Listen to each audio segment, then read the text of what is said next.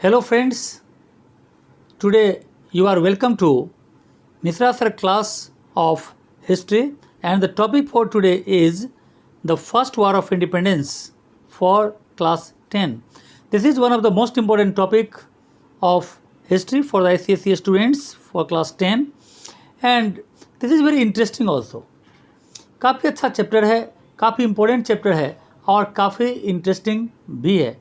वैसे तो इसका जो सिलेबस है उसमें मेनली कॉजेज एंड कंसिक्वेंसेज के ऊपर ज़्यादा फोकस करना है, लेकिन उसके पहले कुछ ऐसी चीज़ें हैं जो समझना ज़रूरी होता है इस चैप्टर में।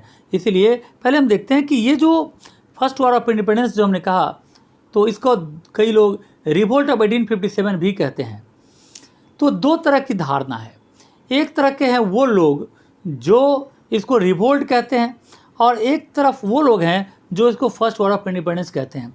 यानी ब्रिटिश के जो सपोर्टर्स हैं इसको सिर्फ सिपाही म्यूटिनी या एक रिवोल्ट का नाम देते हैं, जबकि जो इंडियंस जो अपने देश से बहुत लगाव रखने वाले जैसे नेताजी सुभाष चंद्र बोस, वीर सावरकर, ऐसे जो लोग थे, इन लोगों ने इसे रिवोल्ट ऑफ 1857 नहीं बल्कि इसे क्या कहा, इसे फर्स्ट वॉर ऑफ इंडिपेंडेंस कहा। वैसे तो दोनों ग्रुप के अपने अपने तर्क हैं, लेकिन हम लोग नेताजी सुभाष चंद्र बोस और वीर सावरकर वाले पॉइंट्स को लेकर चलते हैं और इसको हम फर्स्ट वॉर ऑफ इंडिपेंडेंस ही कहते हैं।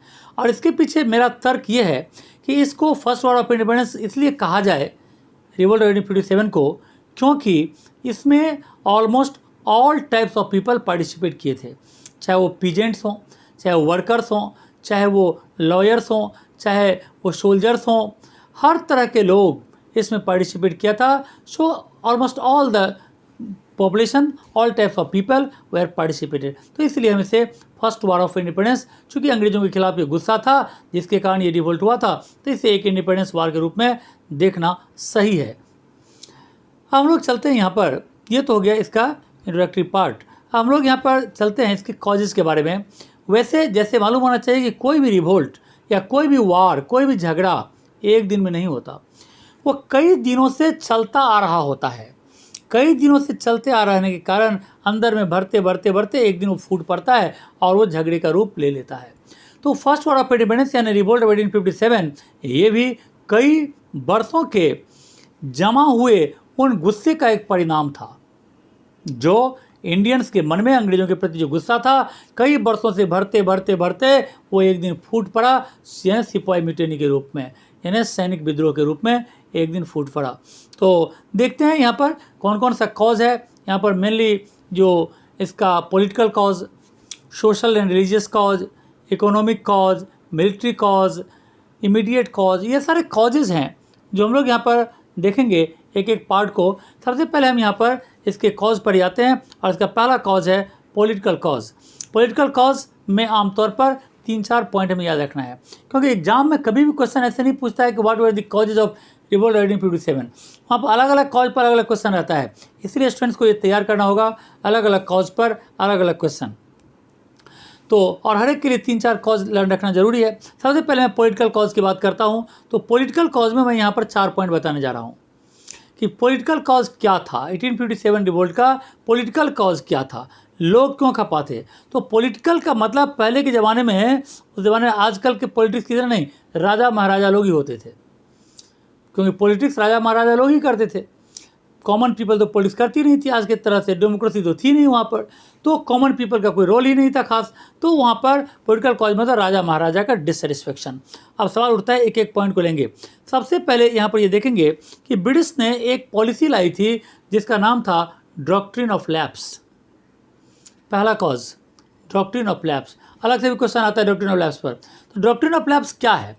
डॉक्ट्रिन ऑफ लैप्स अंग्रेज़ों के द्वारा लाया गया एक ऐसा कानून था जिस कानून के हिसाब से अगर किसी राजा को उसका अपना बेटा नहीं होता है तो ऐसे कंडीशन में वो राज्य अंग्रेज़ों का हो जाएगा।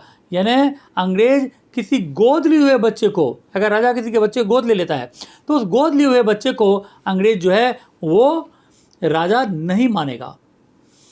तो एक्चुअली ये जो पॉलिसी थी एक्सपेंशन पॉलिसी थी, यानी अपने साम्राज्य को बढ़ाने के लिए उन्होंने ये पॉलिसी लाई थी, पूरा का पूरा पॉलिटिकल कॉज उसी से रिलेटेड है, एक्सपेंशन पॉलिसी के थ्रू।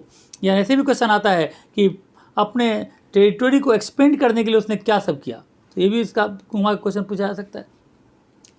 तो यहाँ पर हमने देखा कि डॉक्ट्रिन ऑफ लैप्स, तो डॉक्ट्रिन ऑफ लैप्स क्या है कि अंग्रेज़ों के द्वारा लाया गया एक ऐसा कानून है जिस कानून के तहत अगर किसी राजा को अपना लड़का या लड़की नहीं होता है तो ऐसे कंडीशन में वो राज अंग्रेज़ों का हो जाएगा। तो ये पॉलिसी रहा है जिसके कारण जिस राजा का अपना कोई लड़का नहीं था वो तो परेशान हो ही गया, लेकिन बाकी राजा भी परेशान हो गए, क्योंकि उन्हें भी लगा कि अगर कहीं हमारा भी लड़का नहीं हुआ तो हमारा भी राज चला जाएगा, और इस तरह के अंग्रेज़ों के ऊपर एक डाउट भी हो गया। तो इस तरह से सारे के सारे जो राजा वर्ग के लोग थे वो डिससेटिस्फाइड हो गए इस कानून के हिसाब से, डॉक्ट्रिन ऑफ लैप्स के हिसाब से। दूसरा चीज़ यहाँ पर हम देखेंगे वो है नाना साहेब का खफा होना। नाना साहेब भी गुस्सा हो गए, क्योंकि नाना साहेब जो थे he was the adopted son of Peshwa, तो वो पेशवा के एडॉप्टेड सन थे। यहाँ पर अंग्रेज़ों ने पॉलिसी क्या लाई, पॉलिसी ये लाई कि हम क्या करेंगे, तो एडॉप्टेड सन को मान्यता नहीं देंगे डॉक्ट्रिन ऑफ लैप्स के तहत। तो चूंकि जो नाना साहब थे एडॉप्टेड सन थे तो उन्होंने इनका पेंशन बंद कर दिया। नाना साहब पूरी तरह से अंग्रेज़ों के खिलाफ हो गए। इसके बाद तीसरा चीज़ जो है वो है बहादुर शाह जफर के साथ जो बदसलूकी की गई अंग्रेज़ों ने की। तो बहादुर शाह जो थे वो यहाँ के लास्ट रूलर थे, और बहादुर शाह के सक्सेसर को यानी उनके बेटे को अंग्रेज़ों ने राजा मानने से मना कर दिया। कहा कि बहादुर शाह जब तक है तब तक ठीक है, हम राजा मान लेते हैं, लेकिन इसका जो बेटा होगा उसको हम राजा नहीं मानेंगे। और दूसरा, उसने बहादुर शाह को रेड फोर्ट छोड़ने के लिए भी ऑर्डर दे दिया। तो रेड फोर्ट छोड़ना है, रेड फोर्ट जहाँ पर बहादुर शाह रहते थे लाल किला के अंदर, तो वो भी छोड़ने के लिए कह दिया गया, और उनके बेटे को राजा न मानने का फरमान सुना दिया गया, जिसके कारण जितनी मुस्लिम पॉपुलेशन थी वो खफा हो गई। इधर हमने देखा कि नाना साहब के साथ जो प्रॉब्लम क्रिएट किया उसके कारण हिंदू कम्युनिटी उसके साथ यानी उसके खिलाफ हो गई। सारे राजा वर्ग जो थे वो डॉक्ट्रिन ऑफ लैप्स के कारण खिलाफ हो गए थे।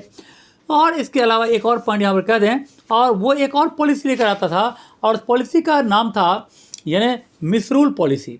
मिसरूल पॉलिसी का मतलब होता है कि यदि उसको अब डॉक्ट्रिन ऑफ लैप्स का भी फॉर्मूला नहीं लग रहा है वहाँ पर, तो क्या करेगा, वहाँ मिसरूल का फॉर्मूला लगा देगा। एक्चुअली उसका मेन मकसद तो यही है ना कि उसको राज्य को हड़पना, तो राज्य को हड़पेगा कैसे, तो इसके लिए उसने क्या कर दिया, तो मिसरूल का फॉर्मूला लगा। मिसरूल मतलब तुम्हारे यहाँ शासन ठीक से नहीं चल रहा है, तो तुम्हारे यहाँ शासन ठीक से नहीं चल रहा है, इस आधार पर तो वो किसी को भी कह सकता है कि शासन ठीक नहीं चलता, किसी भी राज्य को वो क्या कर सकता है, अपने मिला सकता है। और उसने मिसरूल का फॉर्मूला यहाँ पर लगाया, और इस तरह इस फॉर्मूला से उसने जिस राज्य को एनेक्स किया उसका नाम था उध को एनेक्स कर लिया। तो उध को उसने एनेक्स कर लिया मिसरूल के आधार पर, और डॉक्ट्रिन ऑफ लैप्स के आधार पर भी उसने कई राज्यों को एनेक्स किया। जो भी एग्जाम में आता है कि किसके आधार पर एनेक्स किया, तो वहाँ पर 3 स्टेट का नाम याद रखेंगे खासतौर पर, सतारा, झांसी और नागपुर।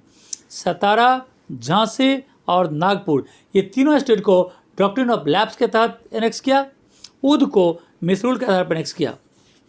इस तरह से हमने देखा कि पॉलिटिकल कॉज में 4 कॉज, पहला कॉज अगर समराइज करें तो डॉक्ट्रिन ऑफ लैप्स होगा, दूसरा कॉज जो होगा वो नाना साहब का पेंशन बंद करना, तीसरा कॉज मुगल एम्पायर बहादुर शाह के साथ यानी अन्याय करना, उनको रेड फोर्ट खाली करने के लिए कहना, और उनके लड़के को राजा न मानना, और चौथा उद का एनेक्सेशन मिसरूल के आधार पर। तो ये चारों का चारों पॉइंट जो है वो पॉलिटिकल कॉज के अंतर्गत आता है। मुझे लगता है कि ये चारों कॉज तुम्हें लर्न हो गया होगा। और इसके बाद जो पॉलिटिकल कॉज के अलावा मैं चलता हूँ इसके दूसरे कॉज पर, और इसका जो दूसरा कॉज है वो है सोशल एंड रिलीजियस कॉज। समाज के लोग किस तरह से खफा थे अंग्रेज़ों से, इसका एक एग्जाम्पल हम लोग देखेंगे, बल्कि कई एग्जाम्पल देखेंगे, और यहाँ भी हम 3-4 पॉइंट को डील करेंगे कि सोशल एंड रिलीजियस कॉज के अंतर्गत ऐसा कौन कौन सा कारण बनता था जिसके कारण लोग यानी कॉमन जनता अंग्रेज़ों से खिलाफ थी।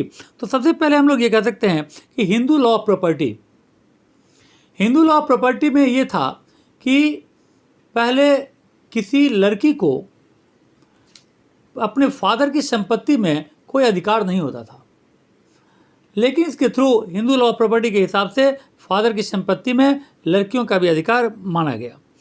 दूसरा जो यहाँ पर कहा वो था विडो रीमैरिज।